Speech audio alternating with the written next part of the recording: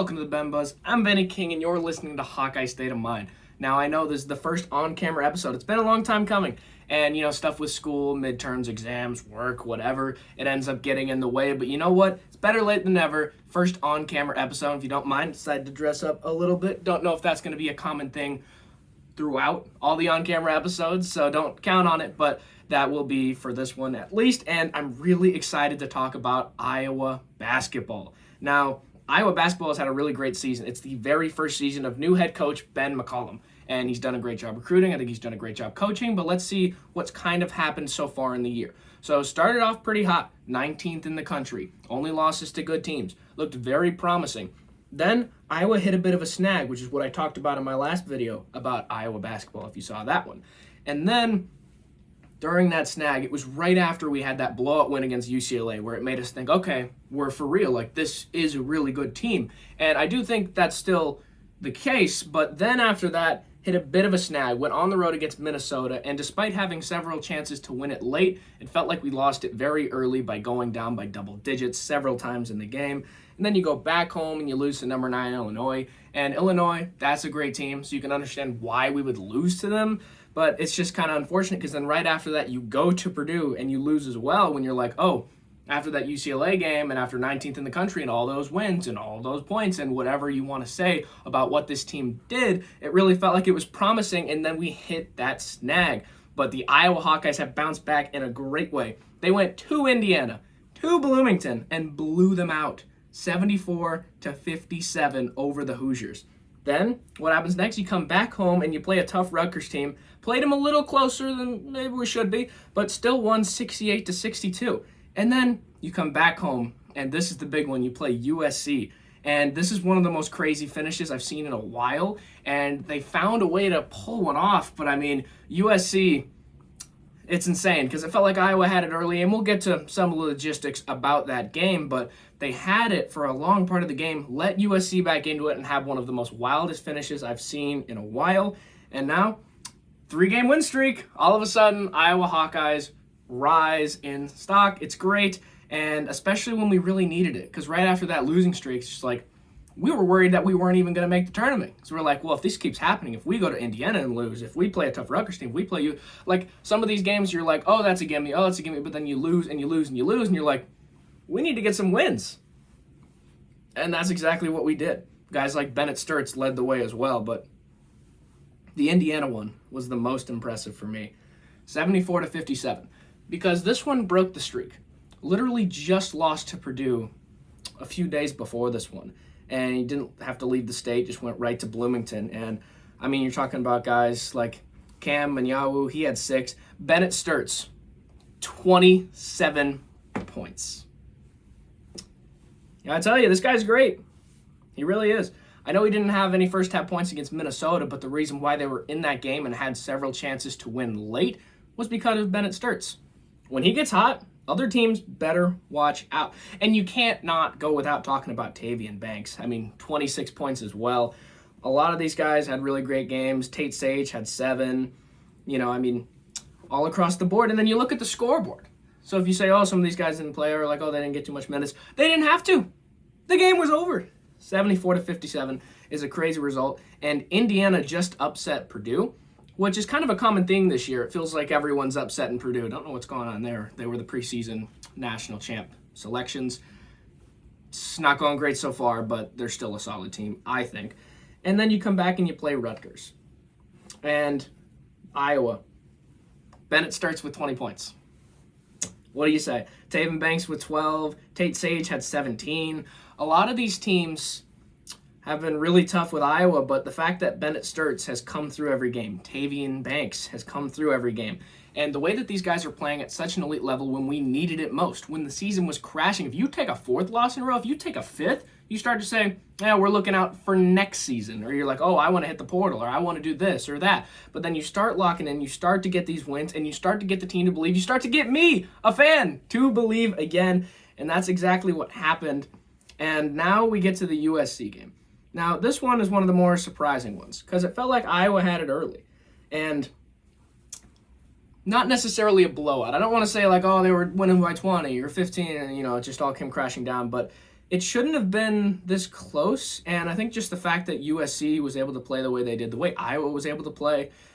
Now, there's a little bit of controversy with this because Sturtz got fouled at the end of the game, and he's able to hit his free throws, and that's why we take the lead. You don't want to take the lead like that just because, like, you want to win, like, on a last-second shot, or, you like, when you miss the shot and they're like, oh, you get a foul, it almost feels like a bailout, kind of like a pass interference in football. At the end of the day, I mean, it was a foul, and I think we do deserve that win. But you can't help but feel a little guilty because you're like, oh, they were winning, and then we got that foul, and they don't get one on their last-second shot. But they had a really great game. I mean, Cam Woods, 33 points for USC. It's a crazy stat line. Chad Baker-Mazara, he had 13. I mean, and Ezra Auser, he had 10. But I really want to talk about Bennett Sturtz and Tavian Banks. When they both hit 20 points or more, it's tough to beat this team. Bennett Sturtz with 20, Tavian Banks with 20, almost identical stat lines. And Tavian Banks, you can't go without mentioning 7 rebounds. It's huge to get second chances at shots, and when you got Tavian Banks down low, and Alvaro Fulgueras, he had 5 rebounds as well, and he had 14 points. We haven't said his name too much. We've said guys like Sage and, of course, Sturtz and Banks, but got to give love to some of these guys when they play well. And Cale Combs had 6 points as well. And when you think about it, it's a very much a team effort. You're like, oh, that guy only had 3 points. Oh, Cooper Koch, he only had 3. Cam Anyawu, he only had 2. We won by 1 point. Every point these guys scored mattered. Every point did. And it's really interesting to talk about this Iowa team because, as we said, we moved on from Fran McCaffrey, and this is the first season of the Ben McCollum era. I think he's done a great job recruiting this team. Guys like Bennett Sturtz, Tavian Banks, we've already said those guys' names so many times this episode, and they deserve to be said. Because look at how they're playing. They're playing at an elite level. That's point blank, plain and simple. They're playing at an elite level. And honestly, this is just really important. Now, Iowa's remaining schedule, it gets a little easier for a little bit. They do have to go to Oregon, but Oregon's not ranked. You know, maybe you can think they can go all the way to Oregon, but then they have to go to Washington as well. And if we go those 2 games on the West Coast in those type of environments, jet lagged, you wonder, oh, like maybe we'll end up slipping up in one of those. Hopefully not, but we'll see what ends up happening there. And then we come back home to play Northwestern and then on the road at Maryland. And then we see Purdue again. We should have beaten Purdue. We had them. We were winning at halftime. We only lost by a few points. But number 12 Purdue, with how shaky they've been, if we get them in Carver this time, look out for that one. And then number 5, Nebraska. Nebraska is one of our bitter rivals. Now, I know they had some time in the Big 12 before they joined us here in the Big 10, but it's one of those teams that you just don't like for some reason, like any sport, football, anything. You just don't like Nebraska. And while I was upset that I was like, they were undefeated, they were just 20-0. They just lost their streak. They lost to Michigan the other night, but Nebraska's a really good team. So even if that's at Carver, I don't know how we do against them. I mean, we got to play Nebraska twice, by the way. And there's a lot. I mean, we got to play Michigan. Michigan's number 3 in the country, by the way. Could be higher. We'll have to see when the next rankings come out. But there's a lot of good teams left on the schedule. And I think it was so important that we started to pick up wins because we needed to build confidence in this team that we are one of those better teams. We are one of, maybe not the top echelon in the Big 10, but maybe like the second pocket, because I still think we're pretty solid. But you start to say, okay, well, if you're going to lose to Minnesota and then Illinois and then Purdue, it's like, when are the wins going to come from? And it was so important that we had this win streak. You can't even emphasize how important it is because we're talking about 3 games in a row you've lost. We already lost games to Michigan State and Iowa State, and some tough teams there. But the fact that this team was able to bounce back, and I know it wasn't any ranked wins necessarily, like Indiana wasn't ranked, Rutgers or USC. Nobody was ranked. But the fact that this team can play the way it did when it needed to most, is why I think you can kind of build up some confidence in this team. And I know we've had our issues. Like against Minnesota, that first half was rough. We had to do a lot of catch-up in the second half. And you can't even be too upset about it because we had 3 chances for a last-second shot, and we missed all of them. We make one of those, we actually beat Minnesota. And maybe you can credit that to Bennett Sturtz in the first half. He didn't have any points, but at the end of the day, he's the only reason we were in the game, and he's the only reason we're in, well, not the only reason, but he's a big reason why we're in a lot of these games down the stretch that I'm discussing. Like the USC game, if him and Banks don't play as well as they do, it's probably a loss. Same thing with a lot of these games. But if you go through what Iowa did overall, in terms of out-of-conference play, it was great.